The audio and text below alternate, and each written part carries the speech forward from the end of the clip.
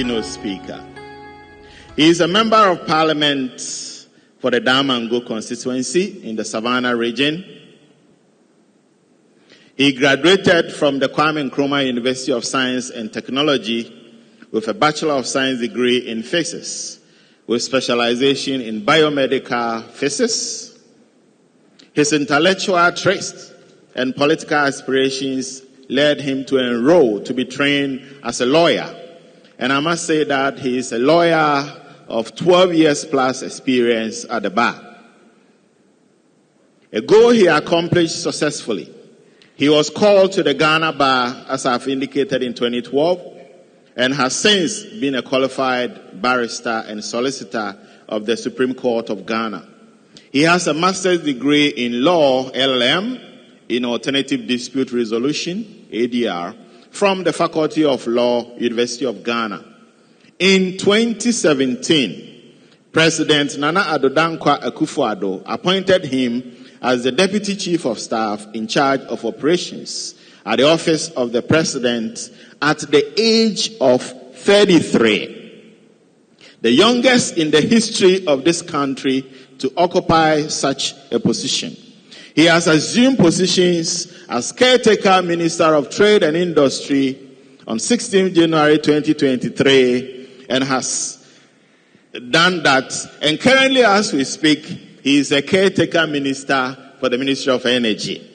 Ladies and gentlemen, help me welcome the Minister of Lands and Natural Resources, Honorable Samuel Abu Jinapor. Please give it up to him. Professor Chairman, members of the Council of the University of Mines and Technology, UMAT, Chief Executive Officers, Principals, Deans, Directors, Heads of Departments, and faculty members, captains of the mining industry, our revered chiefs, small-scale miners, my friends, students, distinguished guests, ladies and gentlemen. I bring you warm greetings from the Vice President of the Republic, His Excellency Dr. Mahamudu Bawumia, who would have been so pleased to be here with you this morning, but for circumstances beyond his control. Distinguished guests, on behalf of His Excellency the Vice President, I thank and commend the University for Mines and Technology, UMAT, under the leadership of its highly respected Vice Chancellor, Professor Richard Amankwa, for instituting this biennial international conference on minerals and mining. Indeed, since the early 1960s, this school, located in this historic mining town of Takwa, has contributed significantly to the development of mining in our country and has trained many mining professionals who are holding strategic positions across the world.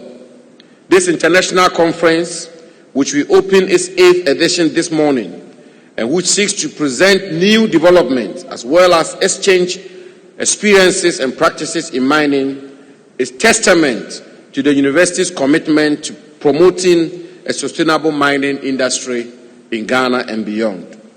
Not only does this accord with the aims and objectives of the university, it also advances government's commitment of using mining as a catalyst for sustainable development. The theme chosen for this conference, quote, "Innovation in mining and mineral processing, expanding the frontiers of mining technology," end quote, therefore couldn't have been more apt. It underscores a critical role that innovation plays in shaping the future of our mining industry.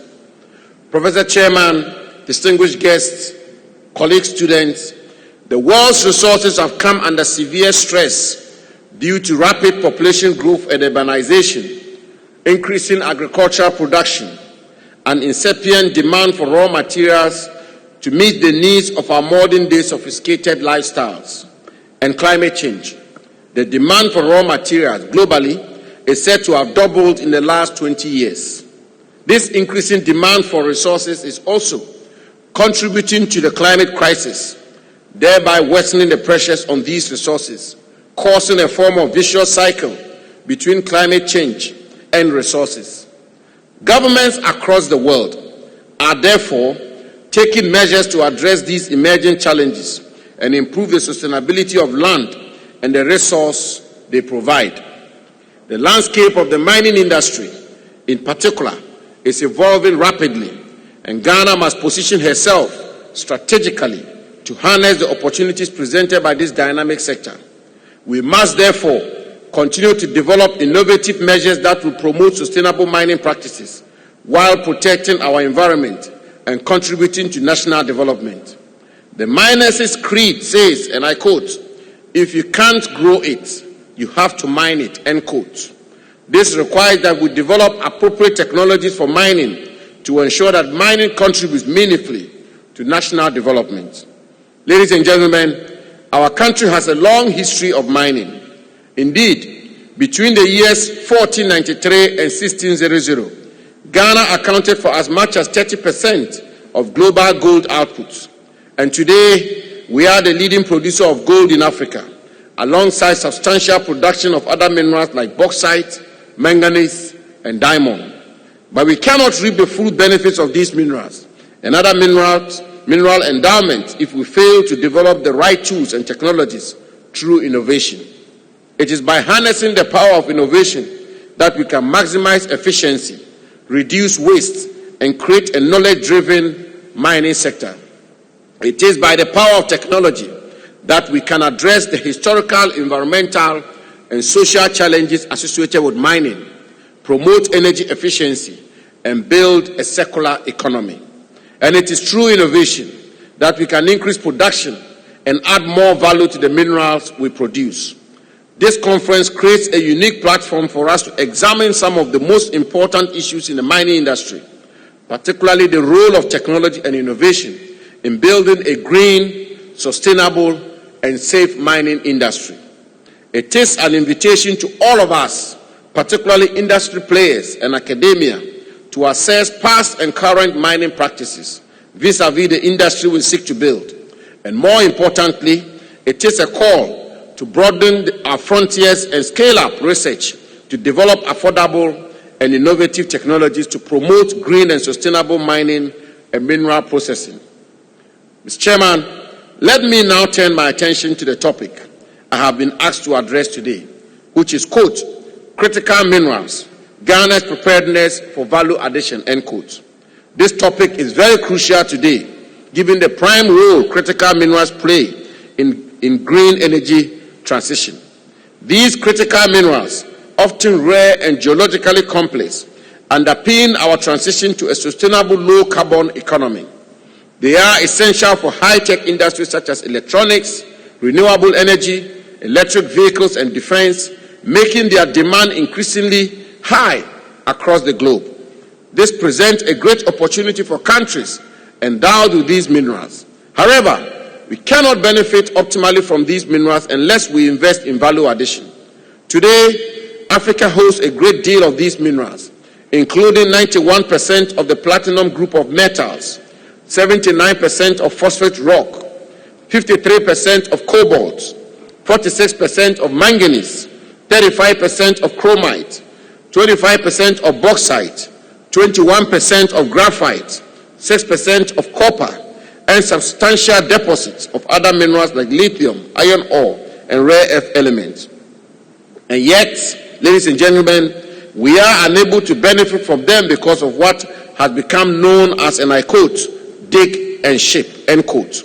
Currently, African countries exploiting some of these critical minerals are exporting them in their raw forms, including Zimbabwe, which is exploiting the largest known lithium reserves on the continent, and the Democratic Republic of Congo, which holds the largest reserves of cobalt, estimated at 51% of global cobalt reserves. Meanwhile, Bloomberg estimates that the global lithium industry at the mining stage is about 11 billion United States dollars, while the value of the industry at the highest end is over 7 trillion US dollars.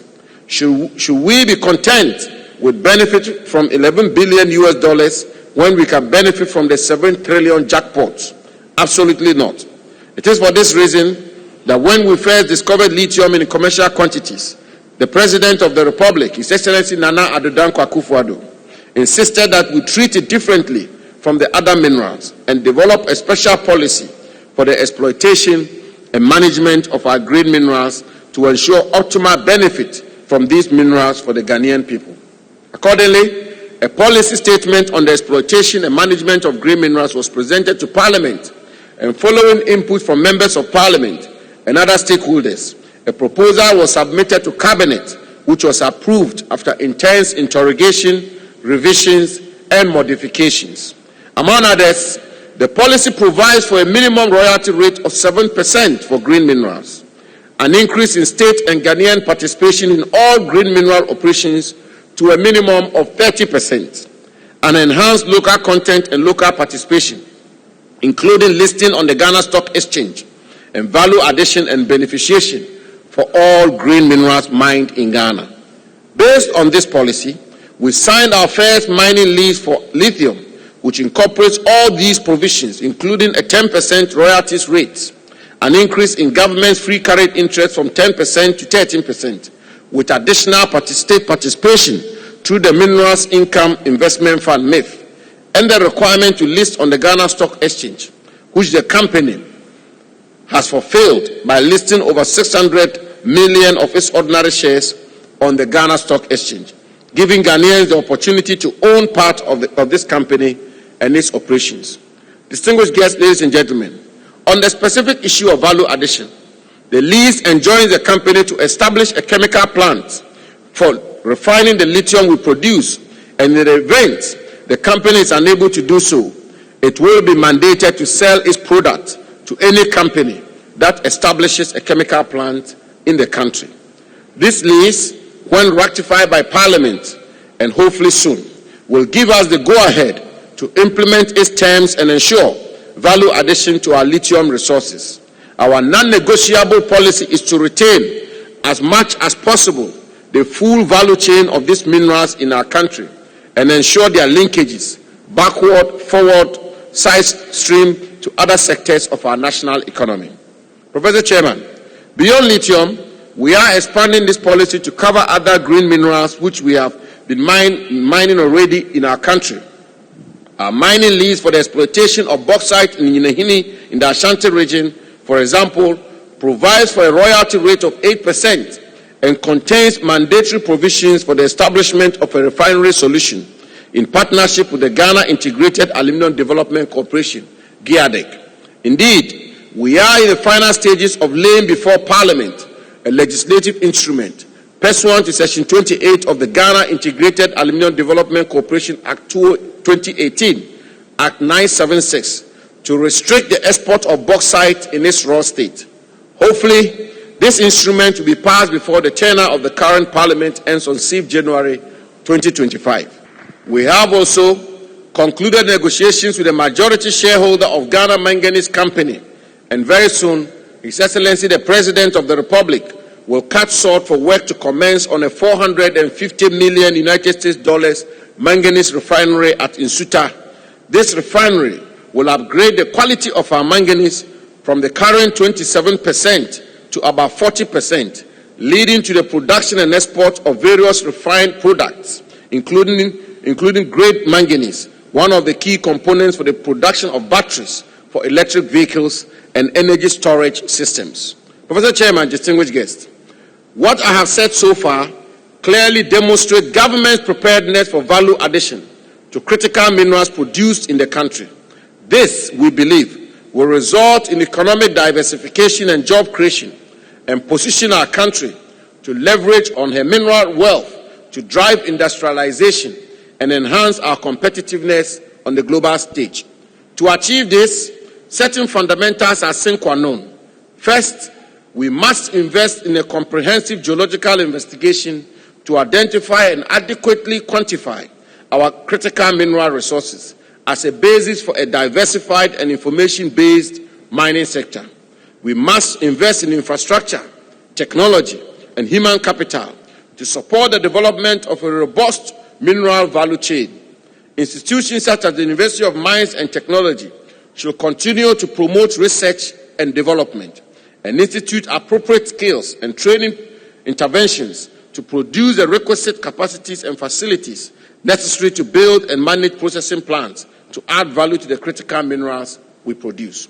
We must train people to acquire the necessary expertise and the wherewithal to add value to our minerals locally. And we must develop innovations that make value addition to these minerals more cost-effective, efficient, and easy. Today, for example, we are told that only China has an end-to-end lithium battery industry, with advanced mining countries like Australia, which accounts for over 43% of global lithium production, exporting over 90% of their lithium spodumene to China. This, obviously, brings to the fore the challenges with value addition. But we are poised to retain, as much as practical, a significant amount of the value in our country to ensure that we construct linkages to other sectors of our national economy. Government has already put in place a policy and regulatory framework to incentivize and support investment in value-added activities. The Green Minerals Policy, approved by the Cabinet of President Akufo-Addo, for instance, provides for incentives for investments as one moves higher on the value chain of the industry.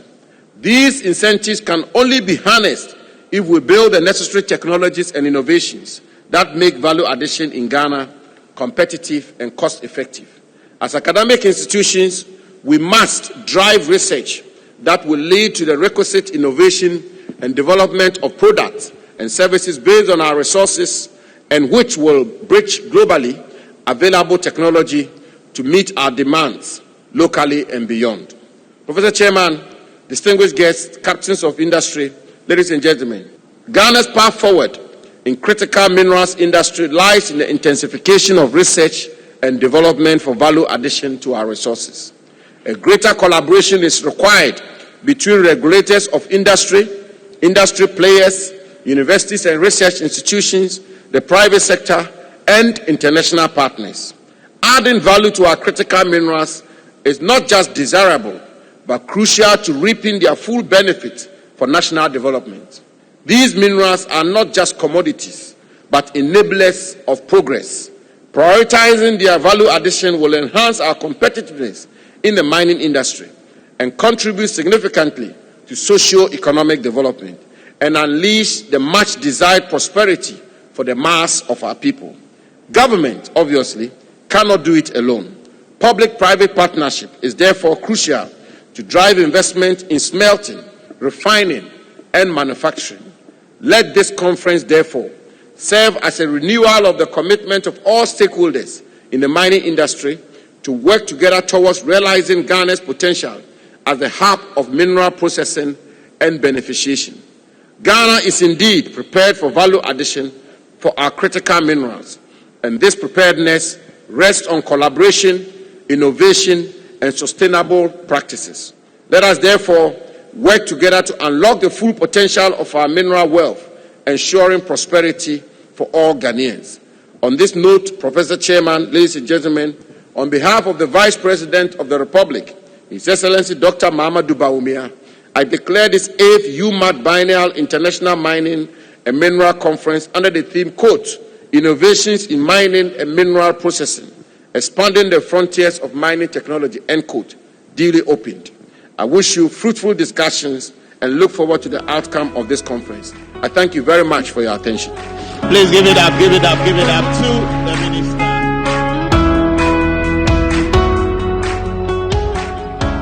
The keynote address was excellent. The discussions were meaty and great. And if you look at the galaxy of stars in this room, UMAT is very privileged to have all these here this morning.